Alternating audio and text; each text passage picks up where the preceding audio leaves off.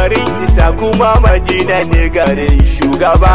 Ilahu ka kai ne a Madina dan hasken sirrin ka almujtaba.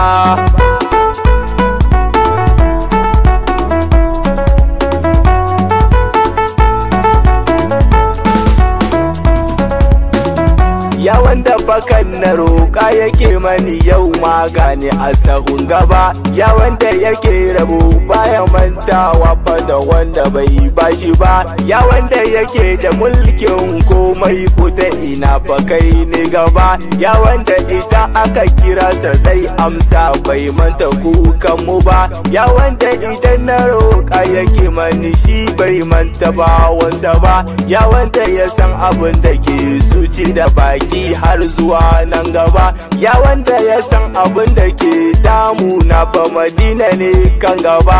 Ya wanda ya bani fikira nake ta yabo ba na biya sai ba. Ya wanda ya yoni a cikin masoya annabi kai nake ta duba. Ilahu ka kai ni a Madina dan sirrin hasken ka almujtaba.